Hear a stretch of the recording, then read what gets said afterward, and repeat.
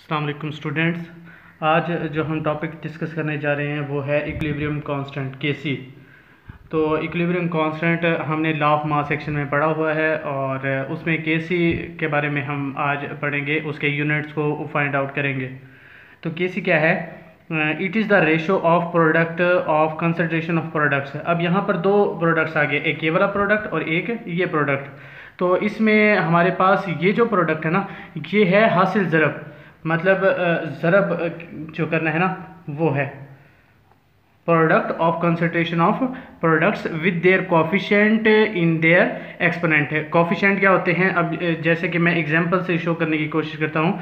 It is the ratio of products, यहाँ पर जो प्रोडक्ट्स है, प्रोडक्ट उनकी कंसंट्रेशन जो है, कंसंट्रेशन को हम स्क्वायर ब्रैकेट से लिखते हैं। कंसंट्रेशन जो है उनका क्या लेना है, हमने हासिल ज़रब प्रोडक्ट लेना है, और उनके जो कोफिशिएंट है, जो मोल्स होते हैं, उनको हमने exponent with their coefficient in their exponents, मतलब उनको पावर में लिखना है।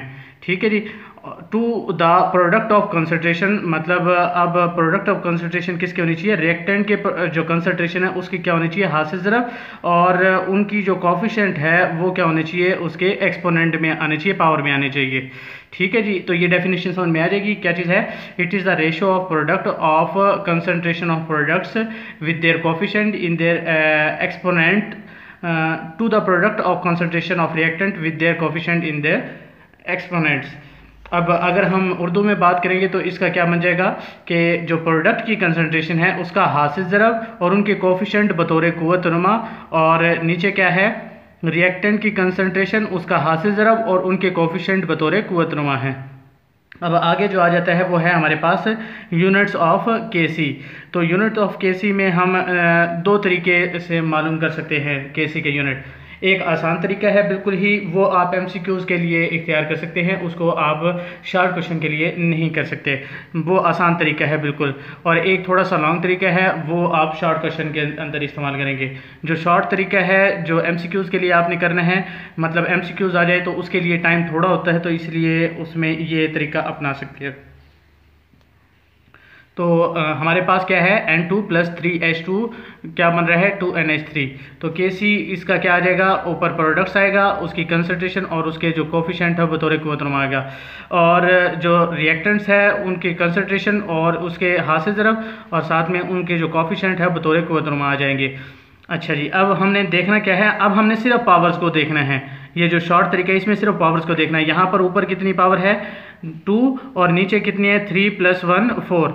तो 2 माइनस क्या कर देना है? ऊपर वाली जो है उसमें से नीचे वाली को माइनस कर देना है। तो 2 - 4 कितना आ जाएगा? -2। अब -2 आ गया है तो मतलब क्या है कि हम मोल पर डेसीमीटर क्यूब जो यूनिट होगा उसका पावर क्या लिख देंगे? उसकी पावर -2। ठीक है जी। तो -2 जब करेंगे तो यहाँ पर क्या आ जाएगा? मोल पर -2, और डेसीमीटर क्यूब का क्या हो जाएगा? +6 हो जाएगा। तो जो प्लस वाली होती है उसको हम पहले लिखते हैं और माइनस वाली को बाद में लिखते हैं।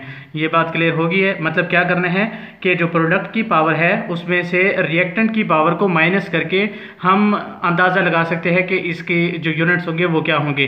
ये एमसीक्यूज़ के लिए बहुत आसानी से आप कर सकते हैं। दूसरा जो तरीका है वो हम आगे देखते हैं।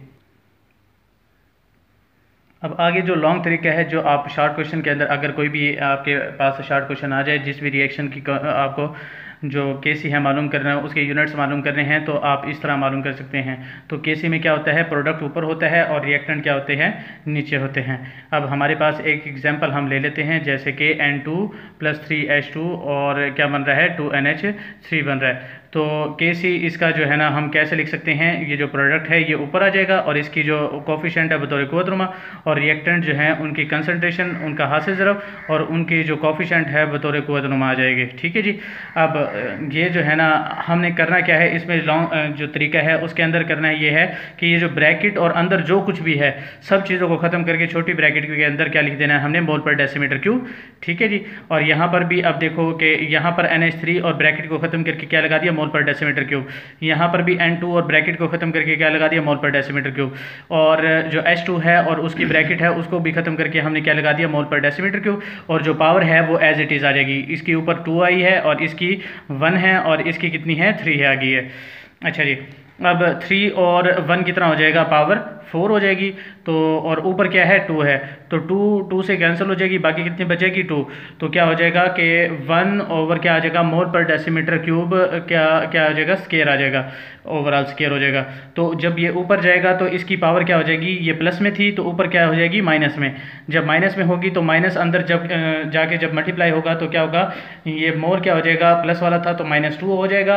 और जो डेसीमीटर क्यूब है वो क्या था, -3 था, जब ये -2 के साथ मल्टीप्लाई होगा तो +6 आ जाएगा। आगे मैं आपको इसकी कुछ एग्जांपल्स दे रहा हूँ, ये आपने करनी है और इसके यूनिट्स भी मैंने लिख दिए हैं। तो जैसे ये आप इनको हल करेंगे और अगर आपके यूनिट्स सही आ रहे हैं तो इसमें आप एक्सपर्ट हो जाएंगे। जैसे कि PCl3 + Cl2 PCl5 बन रहा है और इसका जो यूनिट हमारे पास क्या आता है, पर मोल डेसीमीटर +3। आप शॉर्ट तरीका और लॉन्ग तरीका दोनों तरीक़ों को अप्लाई करके देखना और इसके यूनिट मालूम करना। आगे क्या है, H2 + I2 और आगे क्या बन रहा है, 2HI हाइड्रोजन आयोडाइड बन रहा है। अब नीचे क्या है, कैल्शियम कार्बोनेट है, वो डिकम्पोज होकर क्या बना रहा है, कैल्शियम ऑक्साइड और कार्बन डाइऑक्साइड। अब इसके यूनिट क्या आएंगे, मोल पर डेसीमीटर क्यूब। आप इन तमाम यूनिट्स को अपनी कॉपी पर हल करके देखना, शॉर्ट तरीके से भी, जो पावर वाला तरीका मैंने बताया था पहले, और जो लॉन्ग तरीका है जो मैंने आपको यहाँ पर हल करके बताया है, दोनों तरीक़ों से हल करके देखना। अगर कोई प्रॉब्लम आ रही है तो आप कमेंट सेक्शन में भी पूछ सकते हैं, तो मैं आपको जो रिप्लाई है वो अगली वीडियो के अंदर दे दूँगा।